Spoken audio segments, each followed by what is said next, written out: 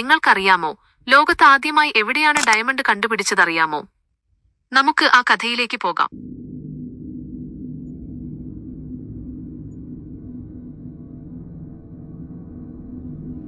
Diamond, ഭൂമിയിലെ പ്രകാശതാരത്തിന്റെ ആദികഥ.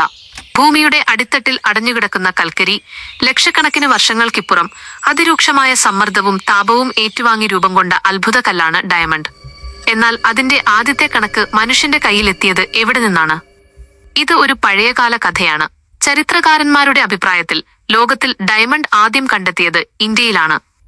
ഏകദേശം 3000 വർഷങ്ങൾക്ക് മുൻപ് നമ്മുടെ സ്വന്തം ഗംഗാ നദീതടങ്ങളിലും ഗോൽക്കൊണ്ടയുടെ കുന്തൽ പാറകളിലും ഡയമണ്ടുകൾ ഒന്നിനു പുറകെ ഒന്നായി കണ്ടെത്തപ്പെട്ടു. അതിന്റെ ആദ്യമായുള്ള രേഖപ്പെടുത്തിയ കണ്ടെത്തൽ ക്രിസ്തുവിനു മുമ്പ് 4-ാം നൂറ്റാണ്ടിലാണ്. ആ പുരാതന ഇന്ത്യയിൽ ആഴമായ നദികളിൽ നിന്നായിരുന്നു ഈ പ്രകാശതാരങ്ങൾ കണ്ടെത്തിയത്. ഇന്ത്യയുടെ രത്നങ്ങൾക്കായി മോഹിച്ചുപോയ രാജ്യങ്ങൾ ഈ ദേശത്തെ നോക്കിപ്പറ്റാൻ തുടങ്ങി.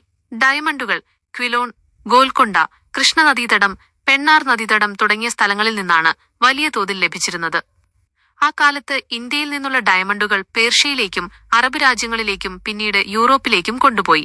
യൂറോപ്യൻ രാജാക്കന്മാർ ഈ കല്ലിനെ ആകാശത്തിലെ നക്ഷത്രം എന്ന് വിളിച്ചു. പഴയകാലം വരെയുള്ള എല്ലാ ഡയമണ്ടുകളും ഇന്ത്യയിൽ നിന്നാണ് വന്നത്. അതുകൊണ്ട് തന്നെ ഇന്ത്യയെ ഡയമണ്ടുകളുടെ ജന്മഭൂമി എന്നും വിശേഷിപ്പിക്കപ്പെടുന്നു. ഇന്ത്യയിൽ നിന്നുള്ള ഏറ്റവും പ്രശസ്തമായ ഡയമണ്ട് കോഹിനൂർ ആണ്. ഇതും ആദ്യം കണ്ടെത്തിയത് ഗോൽക്കൊണ്ടയുടെ പ്രദേശത്താണ്. പിന്നീട് അത് പല രാജ്യങ്ങളുടെ കൈമാറിയ വലിയ ചരിത്രം എഴുതി തുടങ്ങി.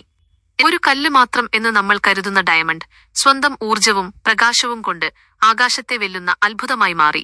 ഇതിന്റെ ആദ്യ പ്രകാശം കുത്തിയ ഭൂമി നമ്മുടെ സ്വന്തം ഇന്ത്യ തന്നെയായിരുന്നു. ഇതാകെ ഒരു പ്രകാശത്തിന്റെ നാടകം പോലെയാണ്. ഭൂമിയുടെ ഹൃദയത്തിൽ നിന്ന് തെളിഞ്ഞൊരു കഥ.